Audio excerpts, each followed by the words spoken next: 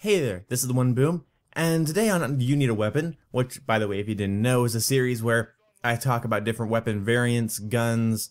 In Black Ops 3, I'll probably be making classes and recommending them to you guys. But anyway, in this episode of You Need a Weapon, I'm going to be talking about the AK-47 and loot weapons in general. Anyway, I hope you guys enjoy the video.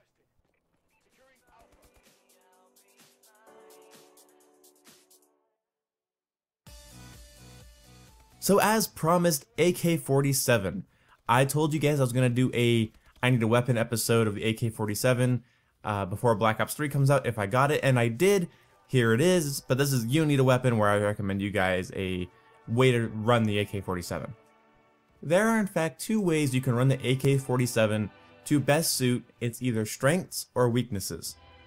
The AK-47's weakness is definitely its long-range potential. It kicks way too hard and does not do enough damage and does not have the fire rate to condone long-range engagements. The way I simply reduce this negative attribute of the gun is by using the following attachments: hybrid sight, foregrip, and extended mags. Between foregrip and hybrid sight, this will definitely reduce bullet spread and visual recoil, as long as you have the hybrid sight zoomed out. Also, extended mags is to make sure you have enough bullets to take on multiple enemies at a decent range, and make sure you play conservative with this. You don't have quick draw, you don't have stock, you don't have laser sight. Make sure you play very conservative. The best variant I could find to use this loadout with is the AK-47 Gorilla. If you have that one, go for it, because that has 1+ accuracy and really helps nail people at those longer ranges.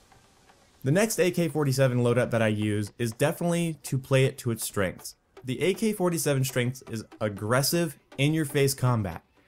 It has high recoil, it has high close range damage, and I definitely recommend getting in people's faces with it.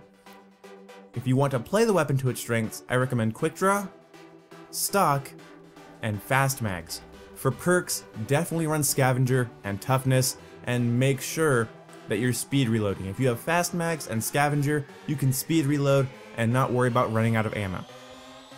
Also, the hip fire accuracy on the AK-47 is better than I thought it would be. Maybe that's just my experience. I know hip fire in Advanced Warfare is pretty random, but I personally enjoy hip firing the AK-47. So, these are the ways I run it, but what is my problem with the AK-47? It's not really the recoil, the painfully long reload, or even the clunky iron sights. It's kind of the fact that they ruined the AK-47. From what I've heard about the AK-47, and this is just from what I've heard, they kick straight up. And whether it does or not in real life is irrelevant due to the fact that every Call of Duty I've ever played makes the 47 kick straight up. Basically what they did with the STG's recoil is how most video games, especially Call of Duty, display the AK. The fact that they went for this weird half circle recoil where it goes down and then up and then half circle and then down and then up and then half circle, and it does like this weird like stutter. It's like it doesn't know where it's shooting. One of my friends actually described it as, instead of going da da da da da, it's going ah, and then that's the way it sounds, that's the way it looks. It looks like it's shooting all the way around people, it's drawing an outline of people. The recoil is ridiculous. So yeah, it's not the extremely high recoil that bothers me, it's the fact that they took the AK formula from other Call of Duties and kind of threw it out the window, gave it a really long reload, made it kick funny, made it sound funny. I think they reused the sound from one of the other assault rifles in the game. I think the AK-12, I think it just has the same sound as the AK-12. Anyway, it's kind of lazily put together and it's obvious, but whatever, it's Sledgehammer, they're trying to be edgy all the time and that's cool. But my problem with the AK-47 is that it's a loot weapon, above all else.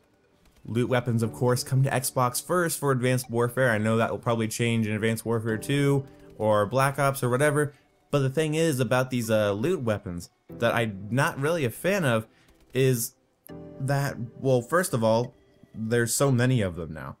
We have the STG, the M16, the AK-47, the Cell 3, the Blunderbuss. We have now coming out the SVO, and then we have, oh, we already have the SVO. The MP40 and the M1911 just got confirmed as of today. And that's kind of a lot of weapons. That's a ton of weapons. That's way too many. I'm sorry. That's, wow, why? That's like, let's see. How many assault rifles is that? STG, AK, M16. Okay, so that's 3 assault rifles, a sniper rifle, 2 shotguns, an SMG, and a pistol that you can only get through random loot. And I don't need the fancy variants, those can definitely be in loot, but I want the base variant. I want the base variants of these weapons handed to me like with the M1 irons. And I know some people are under the impression that Activision is really evil and they just want people to buy advanced supply drops, but you have to realize the developers of the advanced supply drop idea is actually going to be making more money than Activision would. Activision isn't big boss man, they don't control everything that goes through Call of Duty, and the fact that supply drops are under such a tight regime as they are now, they really shouldn't be adding more and more and more guns to these tightly wound supply drops that very few people can earn. I actually regret ranking up in Advanced Warfare. I regret getting to Master Prestige because now I cannot get advanced supply drops without dropping 20 bucks to get a reasonable amount. Even Prestige is key, and he has done 100 supply drop openings, or more, or 1,000, who cares? But he's not gonna do it. When they announced the MP40 and the M1911, he said, no, I'm not gonna pay for that. That's ridiculous. And he's right, it is. Grandmaster Prestigers get the short end of the stick, and if you mention those 10 supply drops we're getting in October, I'm going to laugh at you because that is a huge slap in the face to us still. And the thing about it is this is the first AAA $60 first-person shooter I have ever bought that wants to push random RNG micro DLC at my face. 15 days to get the AK-47. I don't even know if I'm gonna get the M16 and Cell 3, MP40, and M1911 before Black Ops 3 comes out.